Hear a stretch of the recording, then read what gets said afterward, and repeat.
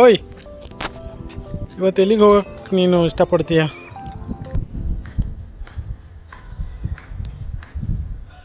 ಏ ಟೆಂಪಲ್ ಅದೇನಿದೆ? ಏನಿಲ್ಲ. ತೋರಿಸಿ ತೋರಿಸಿ. ಅಯ್ಯೋ. Okay, ready, get ready, will go to the temple. Okay darling, choose ಮಾಡು. Sari. Yes, you have to wear the sari. Okay, ಅದರಲ್ಲಿ ಡ್ರೆಸ್ಸಾ?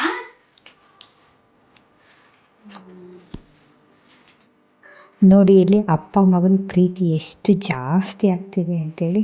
ನಮಸ್ಕಾರ ಎಲ್ರಿಗೂ, welcome to my vlog.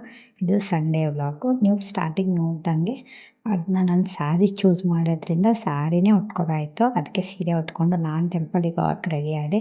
Evening ಸಡನ್ನಾಗಿ ಪ್ಲ್ಯಾನ್ ಹಾಕಿದ್ದು. ಪ್ಲ್ಯಾನಿಂಗ್ ಏನೂ ಇರಲಿಲ್ಲ. ನಮ್ಮ ಹಸ್ಬೆಂಡ್ ಎಲ್ಲಿಗಾದರೂ ಹೋಗೋಣ ಅಂತಿದ್ರು. ಹಂಗಾಗಿ ಮಾಲಾ ಟೆಂಪಲ್ ಅದ್ರಲ್ಲಿ ಕನ್ಫ್ಯೂಷನ್ನೇ ಬೇಡ ಅಂತೇಳಿ ಚಿಕ್ಕ ಬರೆದು ಕೊಟ್ಟಿದ್ದಕ್ಕೆ ಅದರಲ್ಲಿ ನಾನು ಟೆಂಪಲೇ ಚೂಸ್ ಮಾಡಿದೆ. ತುಂಬ ದಿವಸ ಆಯಿತು ಹೋಗಿರಲಿಲ್ಲ.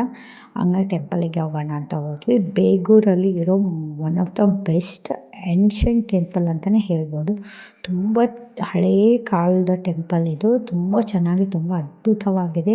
ಸ್ಪೇಸು ಸಹ ಅಷ್ಟೇ ಚೆನ್ನಾಗಿದೆ. ಎಷ್ಟು ಪೀಸ್ಫುಲ್ ಆಗಿದೆ ಅಂದರೆ ಆರಾಮಾಗಿ ನೀವು ಕೂತ್ಕೋಬೋದು, ನೇಚರ್ನ ಎಂಜಾಯ್ ಮಾಡ್ಬೋದು. ಲೈಟಿಂಗ್ಸ್ ಅಂತೂ ಸಖತ್ತಾಗಿ ಹಾಕಿದ್ರು.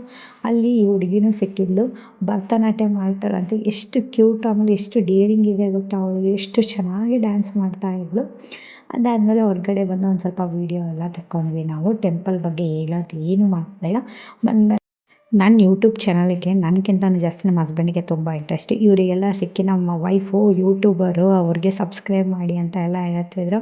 ಅದನ್ನ ಕೇಳಿ ತುಂಬ ಖುಷಿ ಆಯಿತು. ನಾವು ಒಂದು ಸ್ವಲ್ಪ ಅಲ್ಲಿ ದೀಪನೆಲ್ಲ ಹಚ್ಚಿ ಎನ್ವೈರ್ನಮೆಂಟ್ ಎಲ್ಲ ತುಂಬಾ ಎಂಜಾಯ್ ಮಾಡಿಕೊಂಡು ಆರಾಮಾಗಿ ಅಲ್ಲಿ ಟೈಮ್ ಸ್ಪೆಂಡ್ ಮಾಡಿದ್ವಿ. ನಮ್ಮ ವರ್ಷಾಗೆ ಎಲ್ಲೋದ್ರು ಯಾರಾದರೂ ಒಬ್ಬರು ಆಟ ಆಡೋಕ್ಕೆ ಸಿಗ್ತಾರೆ. ಅಲ್ಲೂ ಹಾಗೆ ತುಂಬ ಚೆನ್ನಾಗಿ ಆಟ ಆಡ್ತಿದ್ದ. ಅದಾದಮೇಲೆ ಒಳಗಡೆ ನೋಡಬೇಕು, ಇಷ್ಟು ಸಖತ್ತಾಗಿದೆ ಅಂದರೆ ಟೆಂಪಲಿಗೆ ಹೋದರೆ ಅಲ್ಲಿಂದ ಎದ್ದು ಬರಬೇಕು ಅನ್ನೋ ಮನಸ್ಸೇ ಬರೋಲ್ಲ. ಆಮೇಲೆ ಅಲ್ಲಿ ಪ್ರಸಾದ ಕೊಟ್ಟಿದ್ದರು. ದೇವಸ್ಥಾನದಲ್ಲಿ ಪ್ರಸಾದ ಯಾರಿಗಿಷ್ಟ ಆಗಲ್ಲ ಹೇಳಿ? ನಿಮ್ಮ ಮನೇಲಿ ಎಷ್ಟೇ ಚೆಂದ ಮಾಡಿದರೂ ಪ್ರಸಾದನೇ.